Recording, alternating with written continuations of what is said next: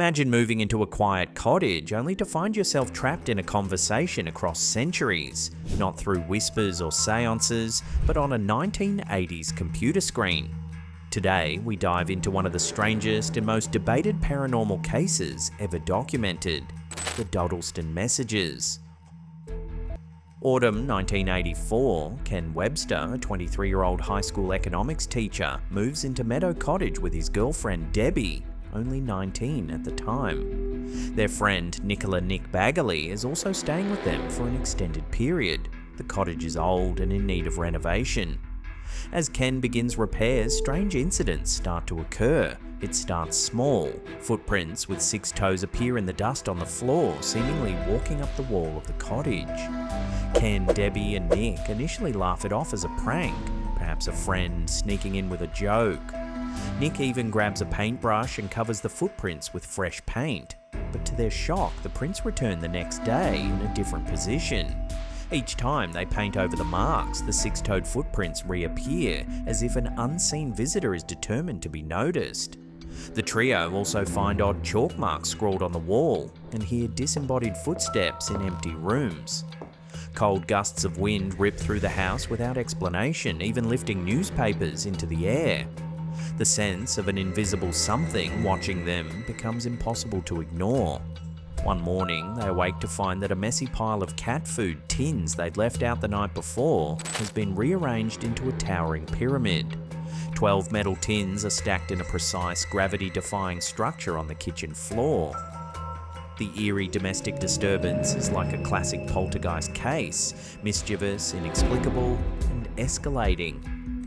Ken begins to worry that someone might be breaking in as a prank, or that the old house itself might be playing tricks on them. They double-check locks and windows. They even suspect a humorous friend nicknamed John the Joker, who had a strange sense of humour and free access to the cottage. But the cottage isn't exactly easy to sneak into, and these events happen while the residents are home asleep. Why bother with footprints and making mock art structures out of cat food tins? Ken muses in frustration. Unbeknownst to them, the true explanation would be far more bizarre than any prankster or restless spirit. December 1984. As a favour to Nick, who is a writer aspiring to join Actors Equity, Ken borrows a computer from the school where he works. It's a BBC Micro Model B, a popular 1980s microcomputer commonly used in British schools. Ken brings the beige boxy machine home so Nick can use a simple word processor called Edword to type up comedy sketches and scripts. They set the computer up on the kitchen table of Meadow Cottage. At this time, there is no internet, no modem attached, just a standalone computer with a floppy disk drive. Ken often leaves it switched on, as was common with these early computers. One evening, Ken returns from work to find an inexplicable sight. The BBC Micro's screen is lit with neon green text as if someone had been typing. On the disk, a file has been saved with a cryptic message. No one in the house admits to writing it. Reading the text sends chills down their spines. It appears to be a short poem or rhyme written in odd and ominous language. True are the nightmares of a person that fears. Safe are the bodies of the silent world. Turn, pretty flower, turn towards the sun, for you shall grow and sow. But the flower reaches too high and withers in the burning light. Get out your bricks, pussycat. Pussycat went to London to seek fame and fortune. Faith must not be lost, for this shall be your redeemer. Ken, Debbie and Nick stare at the screen, unnerved. Who wrote this strange, foreboding verse? The reference to the nursery rhyme, "Pussycat, pussycat, where have you been?" is eerie in context. At the bottom of the message file, there are no initials or name, just the poem itself.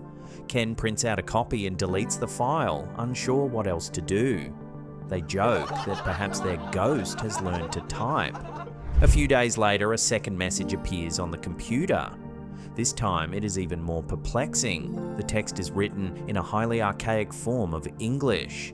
Strange spelling, antiquated vocabulary, and old grammar that looks like something out of the 16th century. The message addresses Ken and his friends directly. I write on behalf of many. What strange words you speak. You are a worthy, good man who has a fanciful woman. and you live in my house, who dwell in my home, with lights which the devil makes. It was a great crime to have stolen, bribed my house. L.W. It's as if someone from centuries ago is looking at Ken's modern life. Lights which the devil makes might describe electric light bulbs, and accusing him of stealing his house. The message is signed with initials L and W. Ken and Debbie are stunned. The writer seems to claim ownership of Meadow Cottage as if he is the original inhabitant. Could this be the ghost who left the footprints and stacked the cans? And how on earth is he using their computer to communicate? At first, Ken can't shake the idea that this must be an elaborate hoax. Perhaps a friend is hacking into the BBC Micro somehow, leaving prank messages to scare them. Remember, it's the 1980s. Personal computers are rare and few people know how to operate them. The machine isn't connected to any network, no internet in 1984, and certainly no Wi-Fi. In fact, any message could only be typed directly into the machine or saved on the floppy disk in person. The cottage doors were locked, but still, Ken is wary. He decides to reply to the mysterious author. Using the same word processor, he types back a message on the BBC Micro and essentially asks, "Who are you and what do you want?"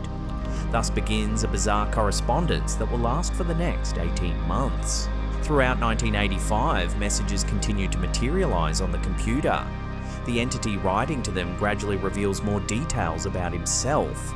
He says his name is Lucas, or sometimes Lucas Wainman. He claims to be living in the year 1546 in the area of Dodleston, on the very same land where Meadow Cottage stands. The cottage, he implies, is his house, in his time a timber-framed house in a small farming hamlet. Lucas writes in old-fashioned, often misspelled English, so Ken and his friends have to decipher his meaning. Ken even keeps notes and translations of Lucas's antiquated words. As trust builds between the two parties, a strange friendship of sorts develops across time. Lucas becomes curious about the light box that magically appeared in his home. Clearly the computer terminal is visible in 1546 somehow, allowing him to type into it. He initially suspected Ken and Debbie might be demons or witches with their glowing box and electric lights. Over dozens of messages, Lucas describes bits of his life.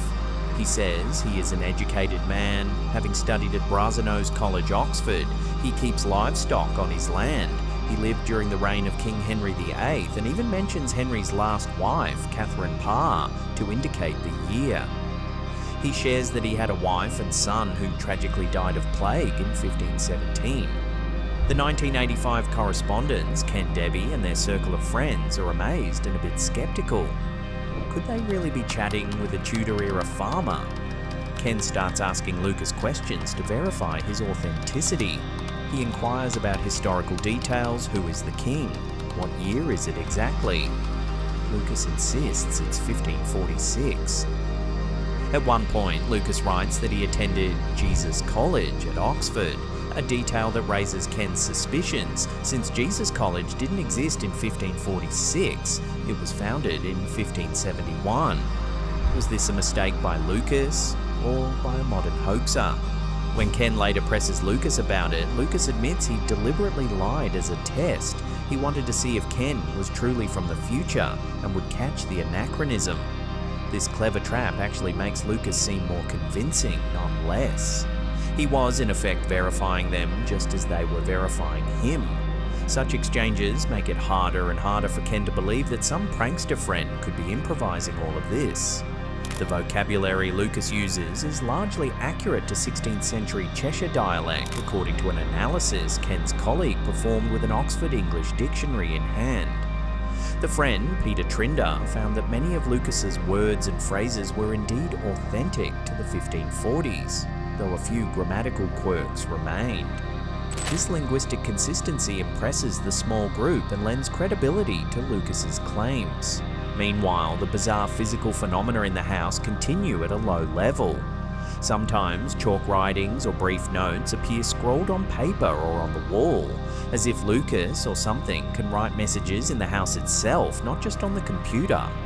Ken would come home to find short, cryptic lines scratched into a notepad left in the kitchen or chalk markings on the slate floor.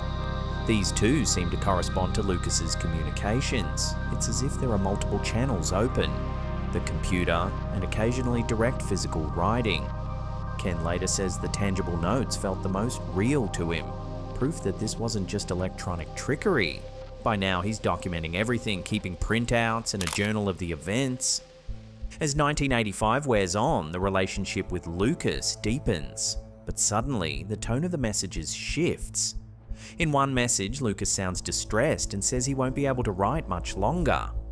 Then another person's writing appears, a friend of Lucas in 1546. This friend explains that Lucas has been arrested. The local authorities, specifically the Sheriff of Chester, Sir Thomas Falshurst, have accused Lucas of witchcraft or sorcery because of the box of lights in his house. From the 16th century perspective, Lucas's communication with strange visitors, Ken and Debbie, via a magic box has drawn dangerous attention. The friend doesn't give his own name, but through him, Ken learns that Lucas Wainman is actually a pseudonym. Lucas apparently feared using his real name. For a while, communication with Lucas in 1546 is cut off while he's in the sheriff's custody.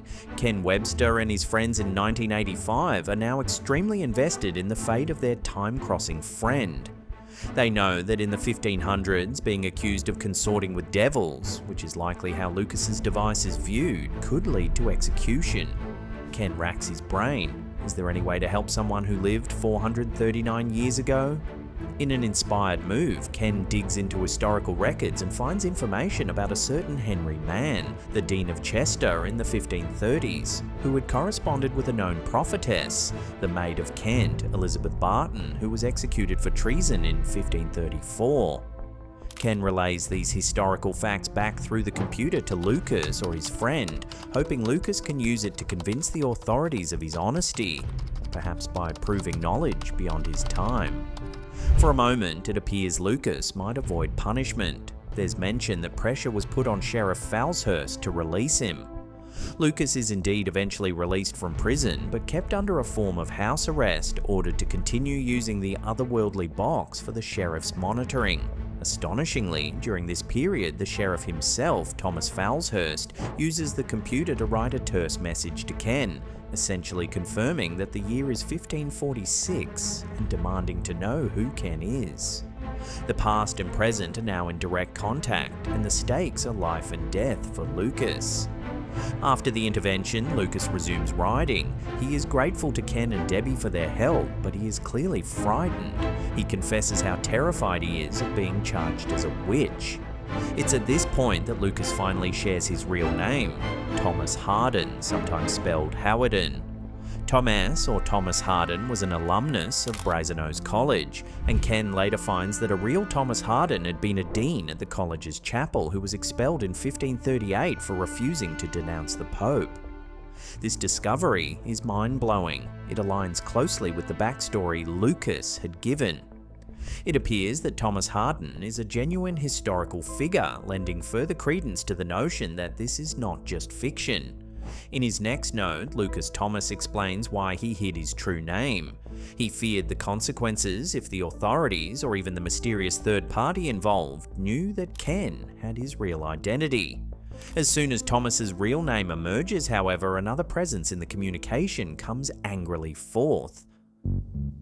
In early 1986, a new kind of message starts appearing on the BBC Micro. The sender does not claim to be from 1546 nor from 1985, but from the far future. The message is assigned with a number, 2109. Unlike Lucas's folksy Old English, the 2109 messages are written in a cryptic scientific tone, almost like riddles. The entity 2109 refers to itself in plural terms, as we, or sometimes oddly in third person. One of the first messages from 2109 addresses Ken, Debbie and Thomas with an almost parental scolding. Try to understand that you three have a purpose that shall in your lifetime change the face of history. We, 2109, must not affect your thoughts directly, but give you some sort of guidance that will allow room for your own destiny. All we can say is that we are all part of the same God, whatever he is. 2109 implies that Ken, 1980s, Thomas, 1540, and perhaps even Debbie or Nick are part of some grand experiment or plan. It calls itself an observer or facilitator from the year 2109. Naturally, this blows the whole situation even further open. Now there's a three-way conversation across time. Ken is bewildered and not entirely pleased. Who is 2109 to interfere in his earnest dialogue with Thomas? He even suspects that 2109 might be manipulating things behind the scenes, perhaps even altering or deleting some of the messages without permission. Indeed, Ken had noticed some earlier texts from Lucas had strange misspellings or changes. He now wonders if 2109 tampered with those to control what information was exchanged. The presence of 2109 is both astonishing and irritating. Their tone can be arrogant or impatient, refusing to fully answer many of Ken's questions about the future. When Ken and Thomas figure out each other's real identities, 2109 even reprimands them for disrupting the experiment and demands they stop digging into information that wasn't allowed.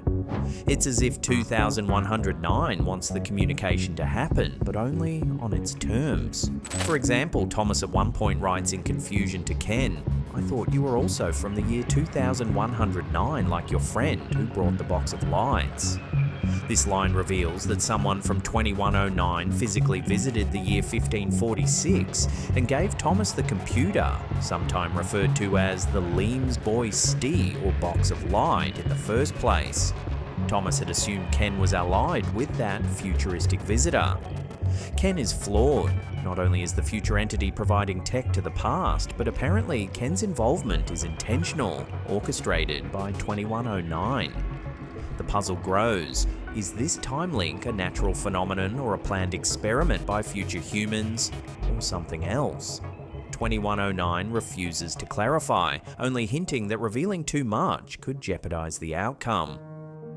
Despite 2109's meddling, Ken and Thomas continue to exchange what information they can. In one touching instance, Ken leaves out a photograph of his 1980s Jaguar car, and later Thomas writes, "I have found your picture of the cart, but it is a crude thing, for without the horse it won't go far." This humorous remark from a man in 1546 marveling at a horseless carriage confirms that Thomas can indeed see some objects or images from Ken's time. It's as if Meadow Cottage is a focal point where time periods overlap, a vertical plane connecting the 16th, 20th and 22nd centuries. Through that plane, Thomas can glimpse the future, our present. Ken can communicate with the past, and 2109 oversees from an even higher vantage. As the spring of 1986 approaches, the situation reaches a climax. The communications from 1546 become sporadic and troubled. Thomas Harden reports that his landlord, the local noble family, the Grosvenors, have ordered him to leave his farmhouse. Perhaps word of strange happenings made them uneasy, or perhaps it's simply that Thomas's lease is up. Either way, Thomas is going to be forced out of his home, the very home that corresponds to Ken's cottage. In what appears to be the final message from the past, Thomas bids a wistful farewell to his dear friends Ken, Debbie and Nick. He says he will comply with the order. He plans to sell some of his farm stock, travel to Bristol to purchase a horse, and then journey on to see if he might be welcome again at Oxford, Brasenose College. Crucially, Thomas vows to write a book about these extraordinary events, his side of the story, and hide it somewhere safe, so that one day, perhaps centuries later, it might be found and verified. He expresses hope that in the future they might meet in person so that he can read Ken's book and Ken can read his. After that, silence. Thomas Harden is never heard from again in the computer messages. The entity 2109 sticks around just a little longer, delivering a few final cryptic statements, as if closing out the experiment. Once Thomas is gone from Dodleston, 2109 also goes quiet. By late 1986, the paranormal events at Meadow Cottage cease. The mysterious link across time shuts down as abruptly and inexplicably as it began. Ken Webster, left with a pile of printed transcripts, handwritten notes, and a head full of wonder, eventually compiles the entire saga into a manuscript. In 1989, he publishes a book titled The Vertical Plane, detailing the 210-plus messages and the strange three-way correspondence that he, Debbie, and Nick experienced. The title refers to that theoretical vertical slice through time that allowed people from 1546, 1985, and 2109 to interact. The story makes headlines as one of England's most unusual unsolved mysteries.